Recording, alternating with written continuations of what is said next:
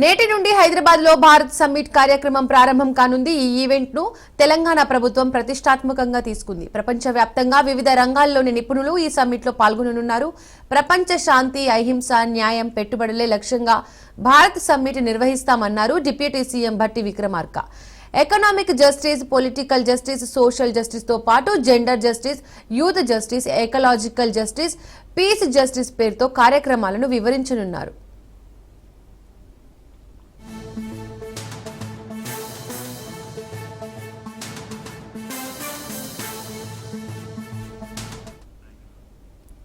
ఈ సమ్మిట్ లో ప్రపంచం నలుమూలల నుండి వచ్చిన నాయకులు, నిపుణులకు తెలంగాణ ప్రభుత్వం విజన్ గురించి వివరిస్తామన్నారు భట్టి విక్రమార్క. ఇందిరా మహిళా శక్తి, బజార్లు, గ్రామాల్లో ఉపాధి కల్పన తదితర అంశాల గురించి చెబుతామన్నారు.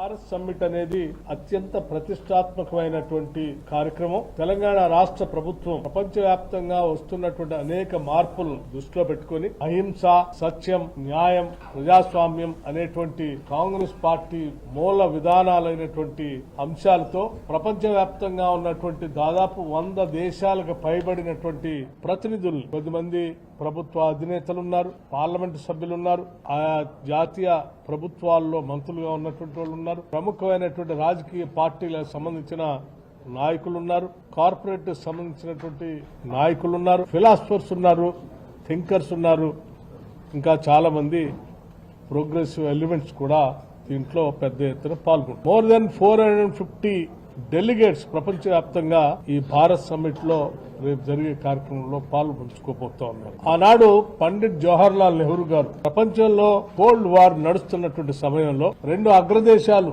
ఒకదానిపైన ఒకటి కాలు దువ్వుతూ ప్రపంచం మొత్తాన్ని కూడా ఎవరో ఒక పక్కన చేర్చుకునే కార్యక్రమంలో జరుగుతున్నటువంటి పరిస్థితిలో ఎదుగుతున్నటువంటి భారతదేశం అలీన విధానాన్ని తీసుకొని, నాన్ అలైన్మెంట్ మూవ్మెంట్ తీసుకొని నాయకత్వాన్ని ఇచ్చేటువంటి కార్యక్రమం చేపట్టి ఉన్నటువంటి క్లిష్ట పరిస్థితుల్లో అతిపెద్ద ప్రజాస్వామ్య దేశమైన భారతదేశంలో అతిపెద్ద రాజకీయ పార్టీగా, ప్రజాస్వామ్య రాజకీయ పార్టీగా కాంగ్రెస్ పార్టీ సమస్యలు ఉత్పన్నమైనప్పుడల్లా మేము ఉంటామని చెప్పడానికి ఈ రోజు రాహుల్ గాంధీ గారి ఆలోచన మేరకు ఈ కార్యక్రమం పెద్ద ఎత్తున ఉన్నటువంటి ప్రభుత్వం ఆలోచన చేసి ప్రపంచ దేశాలకు సంబంధించిన నాయకులందరినీ కూడా ఆహ్వానిస్తా ఉంది.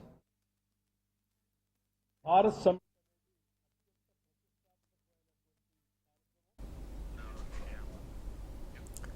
పహల్గామ్ ఉగ్రదాడిపై రక్షణ మంత్రి రాజ్నాథ్ సింగ్ అధ్యక్షతన ఢిల్లీలో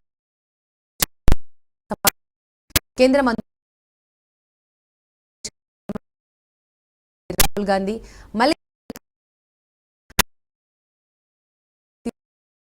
రాజకీయ ఏకాభిప్రాయం కోసం అఖిలపక్ష భేటీని ఏర్పాటు చేశారు.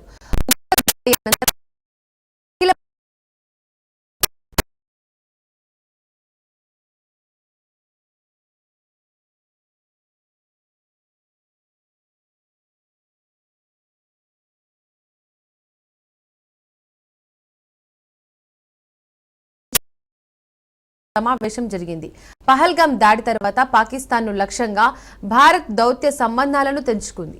పాకిస్తాన్ సైనిక అటాచ్లను బహిష్కరించింది. 1960 నాటి సింధు జలాల ఒప్పందాన్ని నిలిపివేసింది. అట్టారీ పోస్టును మూసివేసింది. ప్రధాని మోడీ అధ్యక్షతన జరిగిన భద్రతా వ్యవహారాల కేబినెట్ కమిటీ సమావేశంలో ఈ నిర్ణయాలు తీసుకున్నారు.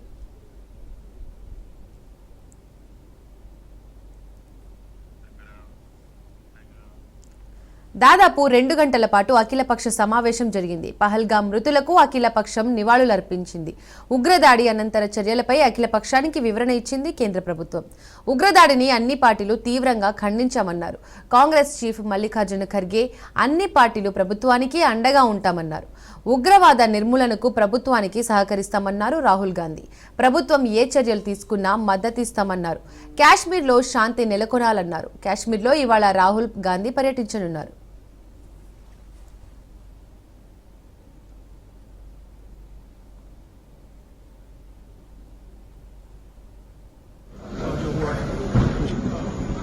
और पूरी सपोर्ट दिया अपोजिशन ने सरकार को, कोई भी एक्शन नहीं जो हुआ है, और पूरी सपोर्ट दिया अपोजिशन ने सरकार को, कोई भी एक्शन नहीं जो हुआ है, और और पूरी सपोर्ट दी है ऑपोजिशन ने सरकार को, कोई भी एक्शन नहीं।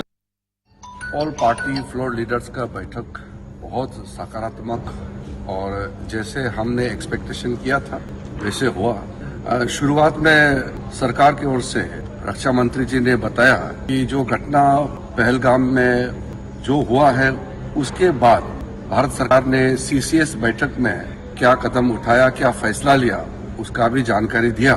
और फिर सरकार का आतंकवाद के खिलाफ जीरो टॉलरेंस पॉलिसी के बारे में शुरू में बताया कि एक घटना बहुत दुखद है, उसके वजह से जो देश भर में सब लोग चिंतित हैं, उसको लेते हुए भारत सरकार ने और भी कड़ी कार्रवाई करने का मंशा को भी आज जताया है। फिर पिछले कई सालों से कश्मीर के अंदर में शांति से लोग अपना व्यापार कर रहे थे, टूरिस्ट आ रहे थे, गतिविधियां चल रही थी और सब कुछ बहुत अच्छा हो रहा था। तो ये एक घटना ने माहौल जो खराब किया उसको लेकर के सबने अपना चिंता जताया है।